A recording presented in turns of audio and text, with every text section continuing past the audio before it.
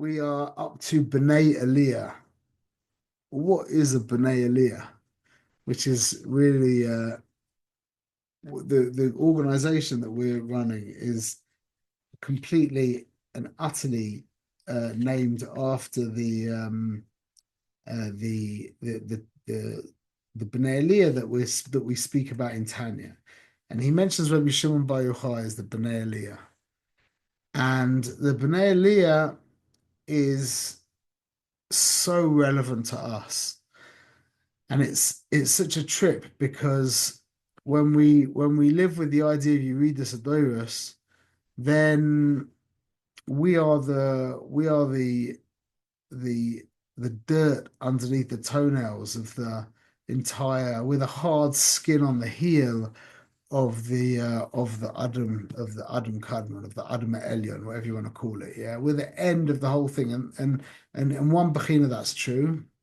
But it's so important to remember the Medrash that we've mentioned many, many times that when Adam Arishon was buried, he was folded in half. That's one of the reasons why it was called Marasa Machpelah, like from Loshen Makapel. The Pashup Pshat is that it's doubles with their wives, with the Zugim. But there's a drasha that Adam Arishon was folded in half, which means that his feet went up to even beyond his head.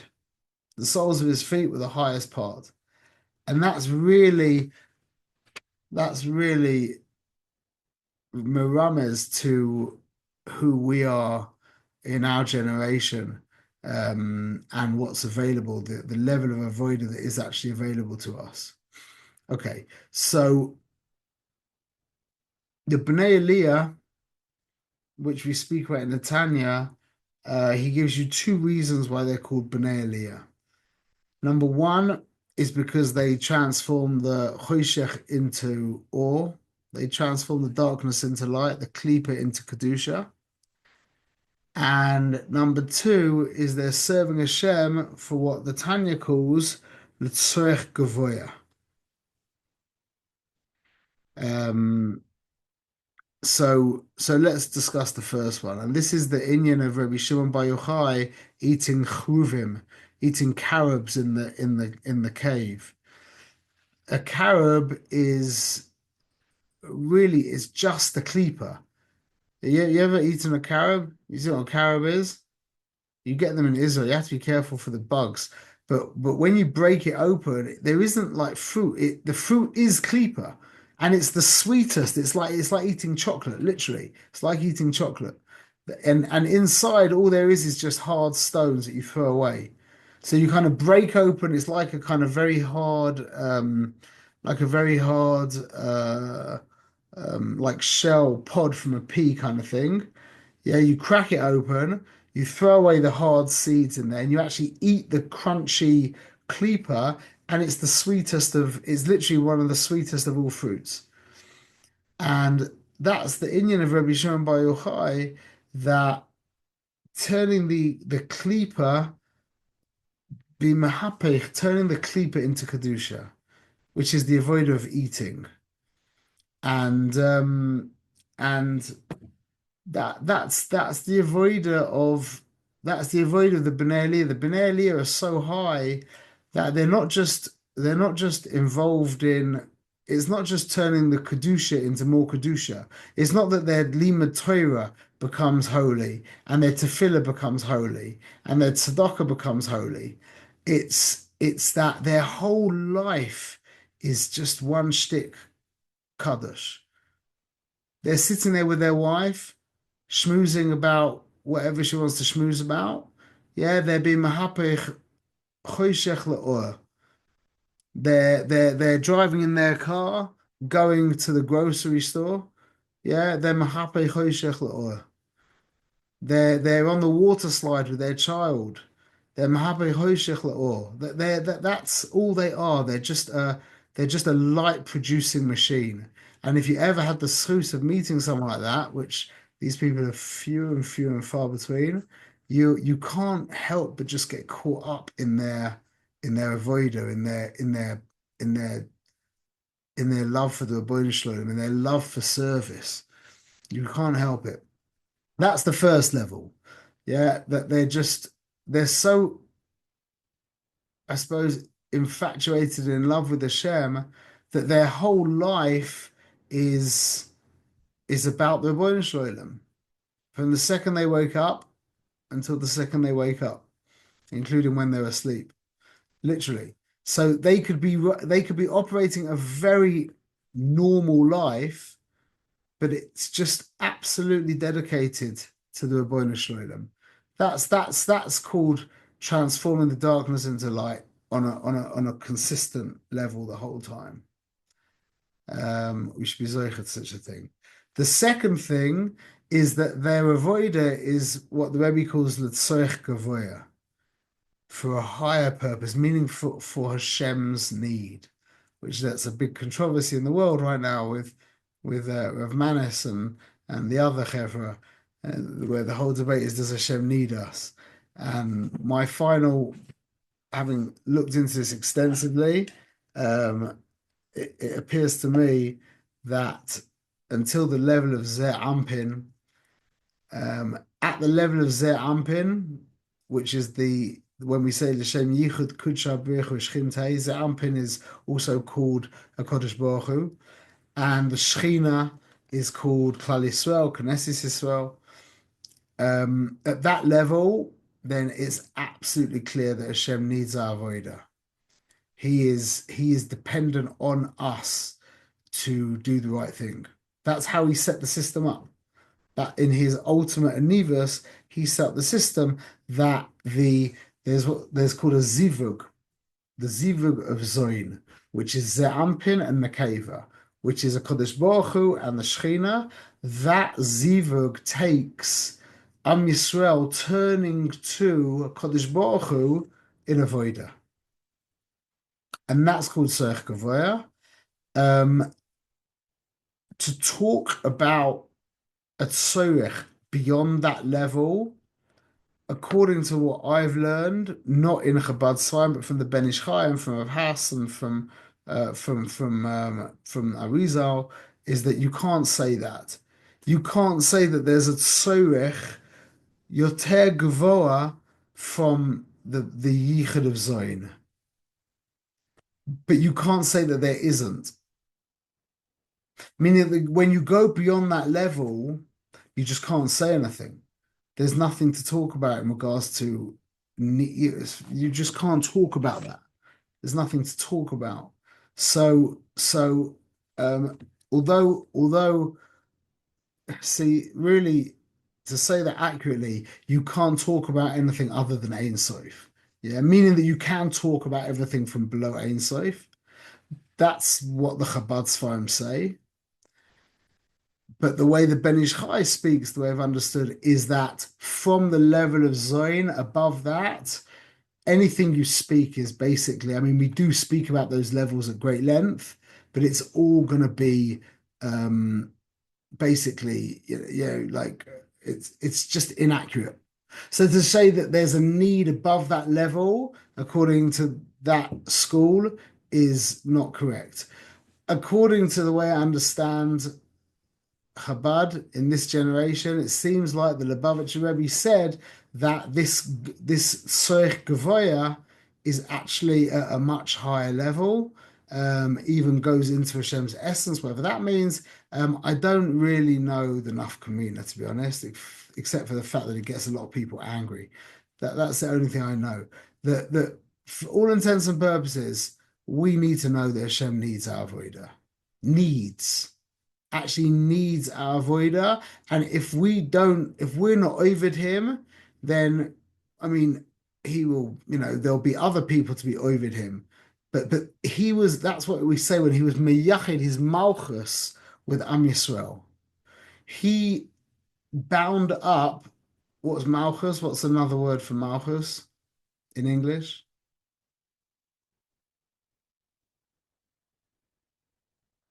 Is it a trick question?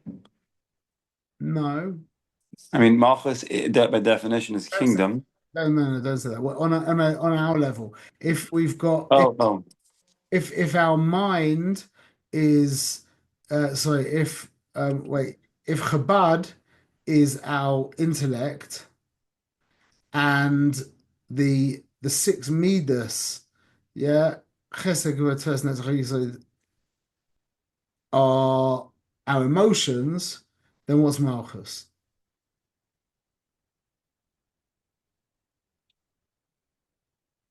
Like I'm upset, I don't know it. Yeah, I'm also upset. You have intellect, emotions, And behavior? Behavior. behavior, behavior, speech and action. So when it says that when we say that Hashem was meyached his malchus with us, we're saying that he bound his behavior with us, meaning that he behaves through us. That means if we're behaving correctly, that means Hashem is having good behavior. If we're behaving incorrectly, then Hashem is being stifled. His self-expression is being stifled. You hear that?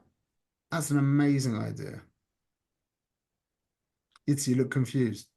No, I'm not confused. You said it. You said it many times, which is if we're speaking Torah, Hashem speaking Torah. We're making, if we're speaking lashon hara, The opposite.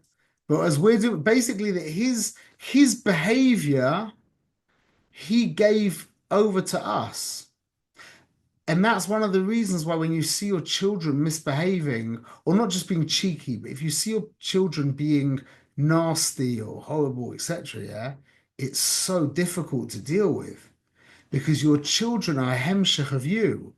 And to see behavior that you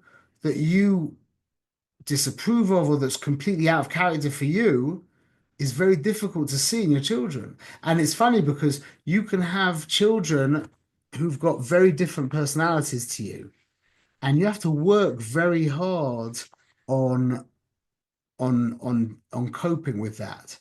If you're a very deep person, yeah, and you've got children who are very superficial, and that happens a lot, yeah, then that's very hard. And you have to get over that. You have to, but that's the point. It's not your because your children are hemshech of you. If they're not like you, yeah, then that's difficult for you. So you have to work on that. When their behavior is bad, yeah, that's a different level. I mean, that really has to be dealt with. But just the fact that your child is not like you is something that needs to be worked out in your own koiches and nefesh because that is your expression. You with me?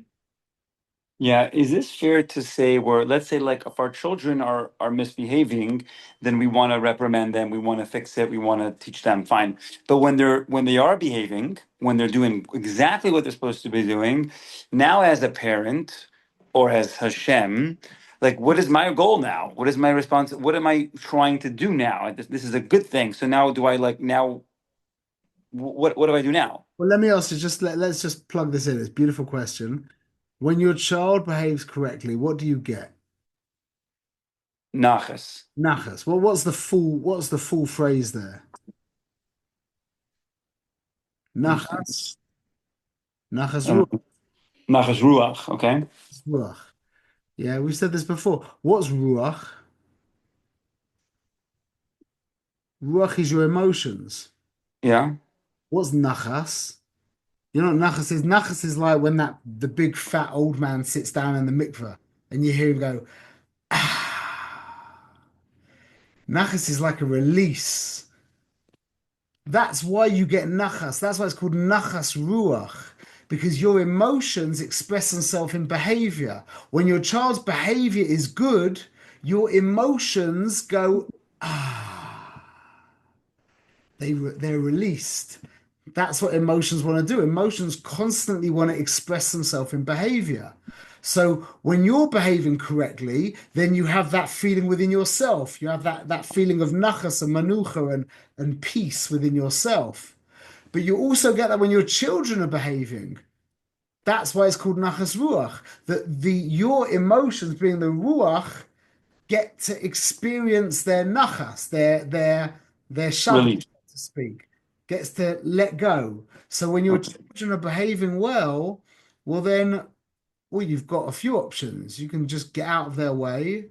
You can encourage them to keep behaving well. You can notice that they behaved well and sit there and kvel over it. You can thank the Ribono Shel Olam that you're zocher to children that are behaving well. You can, whatever you want to do, you can do. It's just that's another aspect of life. But you should definitely celebrate it, and you should definitely, I mean, the way I try to do it, I remember I have two people in my life who I'm not so connected to anymore. Um, Two big people who were both Rebbe figures in my life, and one of them would give me compliments all the time. Yeah. He was, I mean, not just me, everyone. He's constantly complimenting everyone, like deeply, like really genuinely. Yeah. There's only one compliment I remember from him when he was genuinely like absolutely blown away by something I did by me, whatever it was. Yeah. And he was genuinely overwhelmed by that. And and that I remember. Um, there's another man in my life who never gave anyone any compliments. And he gave, I remember, I think he gave me maybe three compliments in total. Yeah. Simple, like little ones, like side points, like something like, it's good that you learned Tanya, like that. Mhm. And that made more of a relation with me. So Mm. it's a dangerous avoider, but when your kids do something that isn't particularly good, yeah, I I say it. And when they do something that is good, I say it very much. But that means, see, if you're constantly saying that, if they hand you a piece, if they hand you a coloring that your 6-year-old did, and it's really he could do much better than that, and you're like, wow, that's fantastic, amazing there, then your compliments just lost all their power.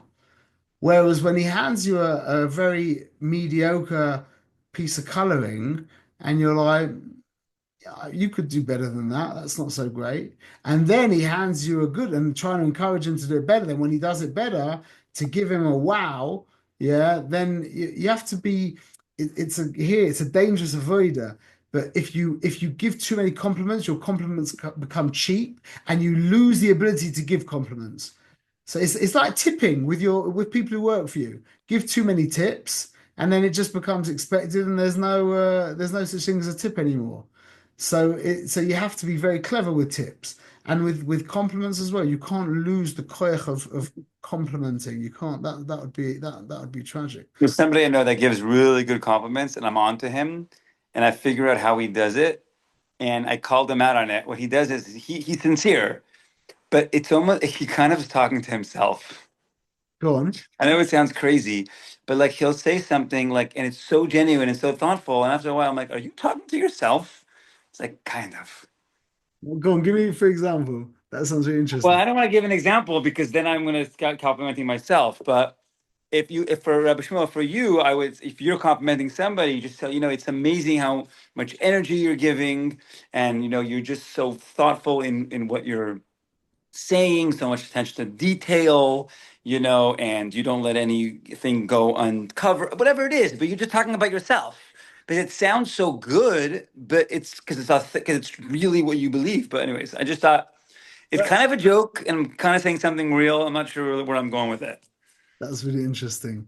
And look, to give compliments is extremely important, but to make sure that your compliments are worth something, like that if you hold back your compliments and your kid does something good, and you look at your kid and you're like this, that really counts. It makes a big difference, as opposed to like I'll tell you another story. It's just funny. Just the way personalities are. We'll finish on this. Is maybe Eliezer was even there. Eliezer, do you remember Aryeh Leib Dvorkin?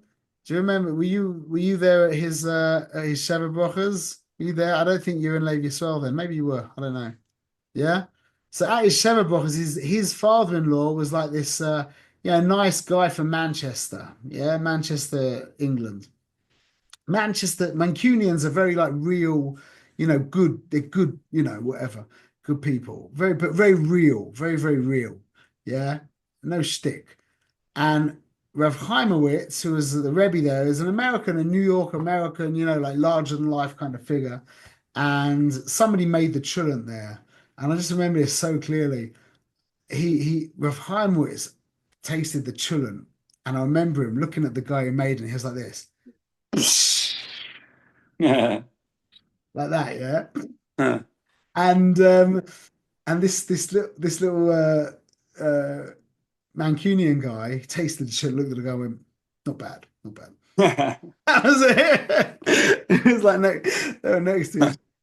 It's like the way of complimenting. Either way, you can do however you want to compliment. Just make sure that you make your compliments count. Anyway, so I can't remember how we got onto that, but the Tzorech Gavoya means that the Bnei Aliyah are serving Hashem for His need. They are serving Hashem for His desire to have a yichud that with a Kodesh Baruch Hu and the Shechina, which is how he expresses himself. Think about it like this: like we just said that the behavior is the expression, the zivug, yeah, the zivug, the intimacy between Ze'ampin and Nuk, that is the expression, the release of the seed, is that's called a nachas ruach. That's a release. That's what it's called, a release. That's a release. And So that, yeah, we want to release our emotions. This is a very healthy thing. 100%. You can't not release your emotions. If you don't release, your whole goal of the world is releasing your emotions in healthy behavior. If you don't let your emotions express themselves through behavior, you will end up like this. And eventually the steam will come out your ears, and your wife and kids most likely are going to get it. That's how it Yeah. usually works. Yeah. So Makes sense. Tzorech Gavoya means that, listen to the Lashon and the Tanya, what he says. It's amazing. He says the Tzorech Gavoya, Loi kedei ledabka bo Yisbrach, not so as to be davik to him, Yisbrach, bilvad, exclusively, l'ravois tzemoi nafsham et sam al Hashem, to quench their thirst for God. That's not why they're being over Hashem. Not exclusively. Like Halavai would be serving Hashem because we have this thirst for God. And that's really the reason why we are potentially, that Baruch Hashem, we got back to the beginning, why we are potentially able to go so high. Because the tzaddik, the Bnei Aliyah, is not worried about his desire to be davik to Hashem. He's worried about what Hashem really needs. We don't have a desire to be davik to Hashem. So now we can be just concerned about with Hashem's needs. And that's why we are called the Bnei Aliyah. That's why we are, in our generation, have the potential to becoming Bnei Aliyah, because we don't have the distraction of a spiritual thirsting anymore.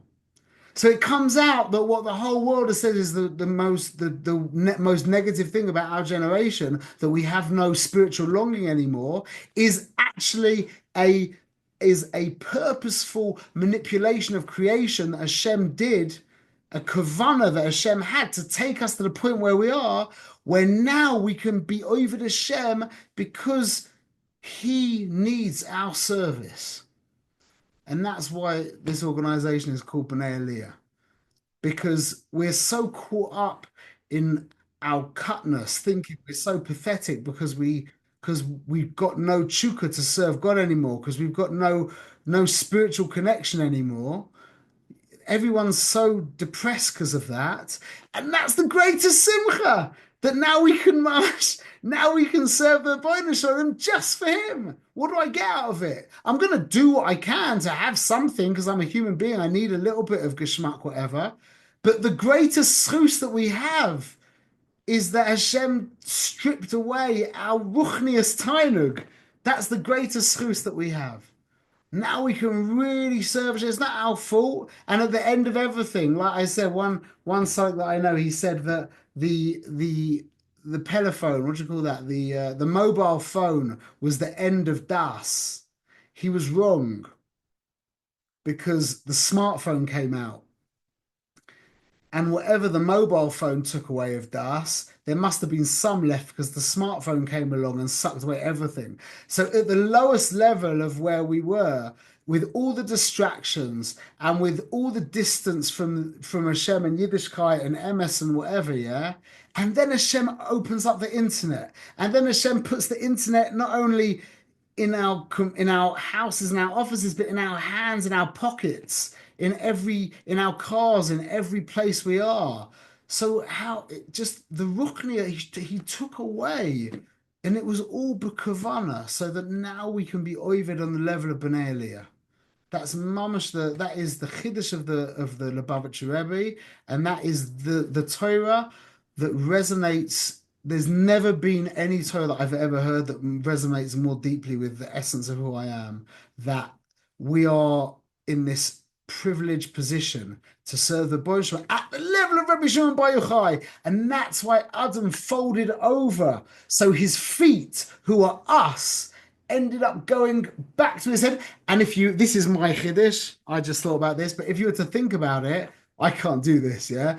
But imagine if you were to put your feet back. Let me just get a picture of 1 minute.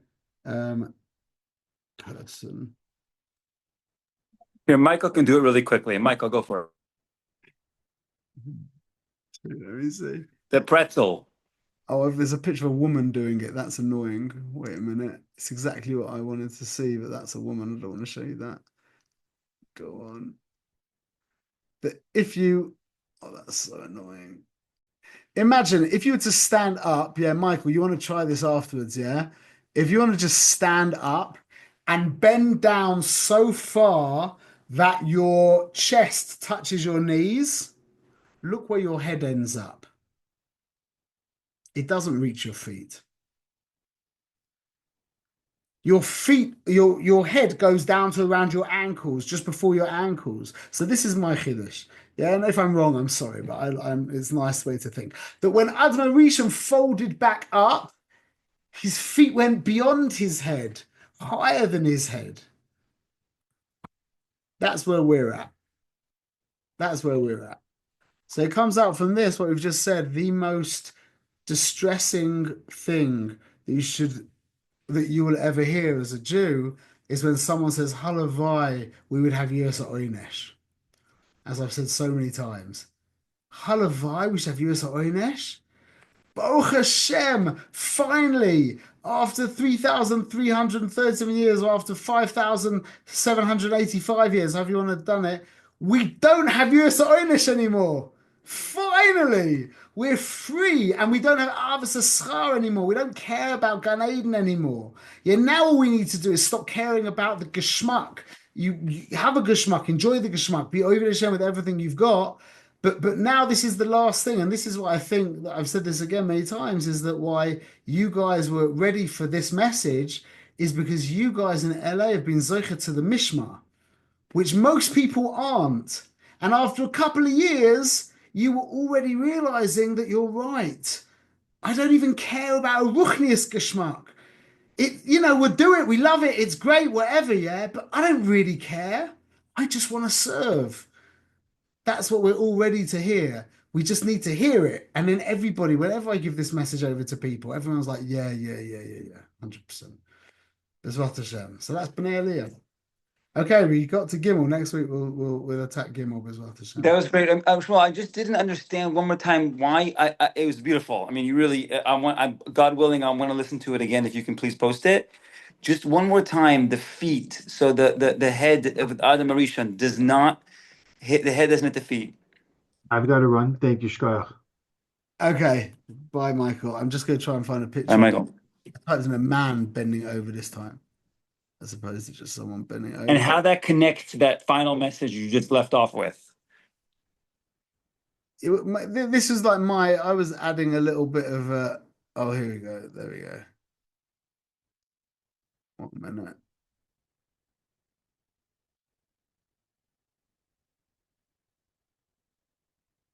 Wait a moment.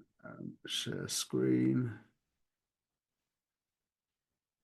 Because this message of Bnei Aliyah that you're sharing right now, I don't see it screaming in any of the publications you put out, or it's, it needs to be stressed more because, like you said, like when I hear that message, I actually have that ruach, that nachas ruach, where I'm like, thank God. Like you say that it's not about me, it's about bigger than me, and I can relax. So That's exactly what we say the whole time. Do you see the picture here? no, I don't. Oh no. Oh, here it comes, here it comes, here it comes. I'll just turn it off. Wait a minute. Okay, I see your screen. See it? Yeah. Meaning that his head just comes, if he bends his head down, his feet are still low, which means But that when Adam got bent over in two and he got buried in that configuration, his feet were actually higher than his head. His feet went okay. beyond his head. And therefore what? No, that was just it's not just the shtick that I was But saying. what's the feet represent versus the head? Sorry. We're the feet. Our generation, we're called Ikva the Mashiach. We're the heels of the Mashiach. We're the feet. I'm sorry, I thought you. But how do we know that we're Ikvas to Mashiach? I thought people 500 years ago might have thought that. Our generation is called the Ikva the Mashiach because we know Says who? there's 6,000 years and we're at 5,785. So we're Hmm. at the end of the whole thing. So we're called the heels of Mashiach. Called the heels of the generation. So the Avos were the head. Moshe was the head, or Adam was the head, however you want to do it. And it went down and down and down to us who are considered the heels, but the heels go back beyond the head. And Yitzi, number one, we have spoken about this many times, but the message that we're giving over the whole time, which is it's just about avoida.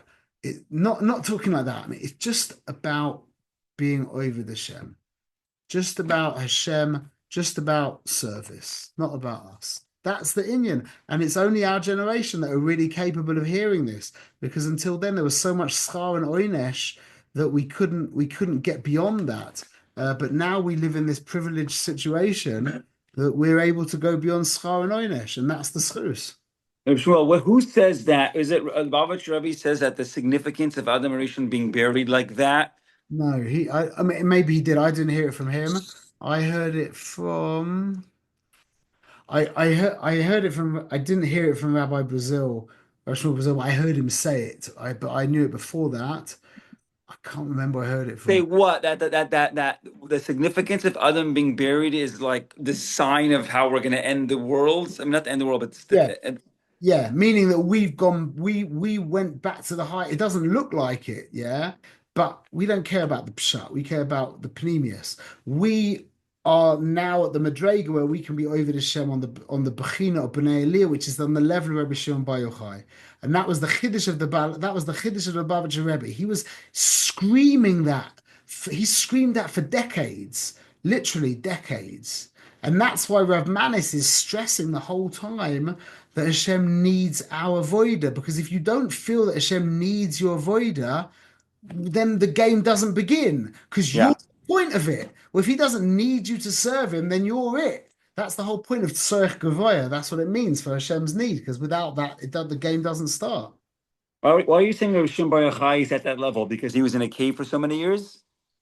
No, Rabbi Shimon Bar Yochai, Rabbi Shimon Bar Yochai. The whole story of Rabbi Shimon Bar Yochai began with him saying that the Tzorech Atzmam, Got it. because they did it all for themselves. It was a machlokas with him, Rabbi Yehuda, Rabbi Yossi, and he said because they were building the bridges and the shukim and the bathhouses for themselves, that was gerua, that was terrible. Even though it had toelis, because he was kulu panimi, he was kulu lishma. All he cared about was that you were being over the Shem with Tahara Salev and with MS and with him in mind, with Rabbeinu Shalom in mind. So that's Rabbi Shimon Bar Yochai, and that's called Bnei Aliyah, and that's who we are. That's what we have access to. We need to scream this to everyone because everyone, it resonates so deeply with everyone. I'm telling you, every single person you mention this to, there's a couple of people like very stark, like completely shakua in their shitas and craziness, yeah. But any half-open person, when they hear this whole Torah, yeah, their heart opens up and they become ready to serve. But they forget again, so you need to go over it again, again, again, again, again. Okay, chazak v'yamatz, חבר'ה. Thank you. Shkoyach, Zagazin.